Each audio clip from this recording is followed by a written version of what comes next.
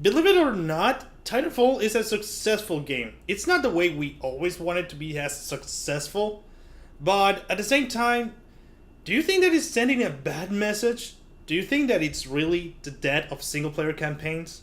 It's your boy Swoozie, Swoozie06 on YouTube. Listen, if you're not subscribed to the viewer, do so right now. I'm not even kidding. Like, all the cool kids are doing it, you need to do it too.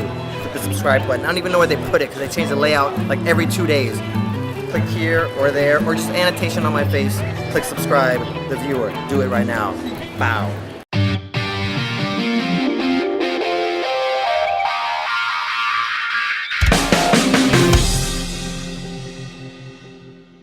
Hello Internet, I hope you have an awesome day. My name is S02EP03, also known as Hybrid Rain, and I welcome you to this show where I talk about 5 to 7 minutes on things that I want to analyze, things I want to talk about, and really have a little bit more talk with all the community I've been living behind. Sorry about that, and like always, I'm trying to actually talk a little bit more with the G1 community. So again, if you want to send out your introductions to this show, you can do it. Just send a video saying, I'm a proud G1 and I'm G1. I think I'm doing the whole thing wrong. Say your G1 name or who you are, and later on do I'm a proud G1. Do something creative, something funny. Be creative. But now let's go into the topic. Let's get into the topic I want to finalize from this three-parter thing that I've been doing with Titanfall. And I want to talk about the whole problems, or what is the real message that Titanfall is bringing into the table, into the new developing of a successful game. Now, maybe this will fall more into the first-person shooter category, because we have some incredible storylines on the third-person shooter or other types of game. We can go through Mass Effect, The Last of Us. I'm trying to remember like all those stories at this time that come up to my mind. LA Noire, and still high-end or AAA titles that have bring so great stories and so much heartbreaking moments that we have enjoyed. But now sometimes those AAA titles are not as successful as we thought. I mean, if you have seen, like, for example, BioShock, what happened with the team developing BioShock, they had to actually close down because the game demanded so much production, so much money, that it wasn't able to handle itself. And it's sadly enough, the game was a success, but it wasn't as successful as other games that we have seen previously. Now, let's go with some examples. Call of Duty and Titanfall are the biggest examples I can bring to the table. And I know I've been talking about Titanfall and Call of Duty in the past, but I want to make a point.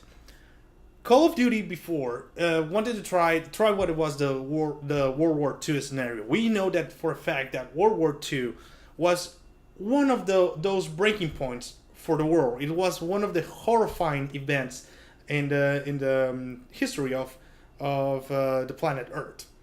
That has been, or like, it was like so close. I mean, it hasn't been like 50. Yeah, it hasn't been over like 50 years since World War II.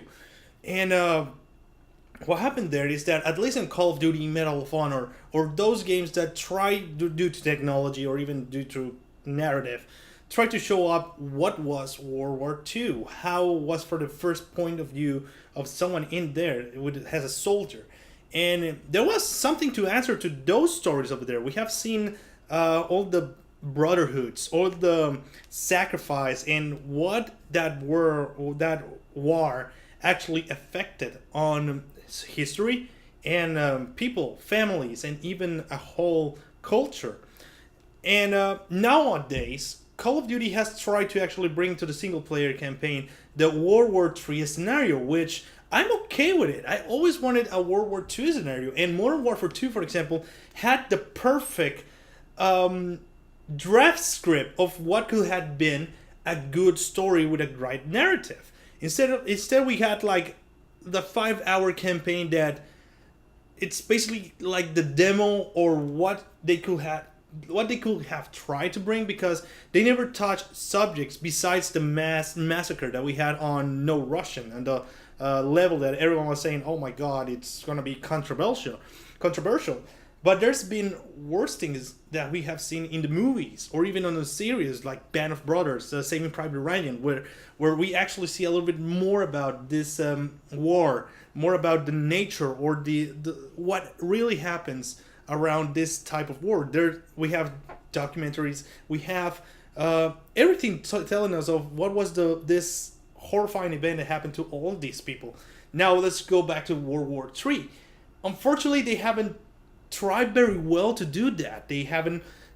They try to always go to from point A from point B, going like always kill the enemies that have invaded, and they haven't like tried to show up a little bit more of that good storytelling or what could be the best possibility or what will really happen on that kind of this scenario. Now, many people are telling at this time that, oh, we want a World War III, or oh, it will be an amazing apocalypse, but zombie apocalypse, I have to say, but they never go beyond what will be like the cost and effect on that. They never go beyond that. It's just going to be, oh, a war that we're going to kill each other, the soldiers. Where's the human element? Where's the whole trying to get to show what will a real war happen? What will happen to all of us? Like a big example, Modern Warfare 2, we had like Russia invades America in a way that it's not the brightest or most strategic one, but at the same time, we don't see like what really happens to the other people. Like what happened to the citizens? What happens from the point of view of a fireman? What happens from the point of view of a citizen that is just in the middle of their normal day and suddenly these people come around and try to kill their friends, family, or even the people that is around them? Like they don't try to go all the way down just to go to get to the point, and that's about it. And that point and shooting thing, in a sense, it's understandable because it's a first-person shooter, but single-player campaigns are no longer getting that treatment, or at least if they're trying to get it, they're not doing it in the right way. Again, we have amazing stories like The Last of Us, that's like and Bioshock. So why this doesn't translate into the more successful? So what I'm trying to say here is, let's go now to Titanfall. Titanfall is a multiplayer game that brings to the table, like I've said many times before, a great entertainment, a great mechanics, but it's not worth the whole the whole price it's getting. It's being like praised like this is the best game of this generation, and I was going to even call it a Counter-Strike of this time. But seeing what all the treatment they try to give with a non-single campaign, I think for a fact that it's giving away that it doesn't matter if you do like a well-made like just map single player with a storyline, with a generic storyline, as long as the multiplayer concept of the game is actually well done, you're gonna have a successful game. Which I don't think is the fault of the company or whoever's producing the game, but it's more a fault of us as gamers. We love everything that just shows that it's gonna take away 500 or 1,000 hours of time to master, to be able to actually pound the noobs or even try to get a little bit more competitive with this. We have League of Legends, we have Titanfall, we have Counter-Strike, and we have Call of Duty, but Battlefield. But in the last couple of years, we don't have that statement that's saying like, yes, I will play 50 to 100 hours the single player campaign because it is an amazing experience because of insert object or statement of why this game it's amazing. So what I'm thinking here is that what is going to happen in the future? Why these types of single player campaigns are not working, especially in the single player campaigns?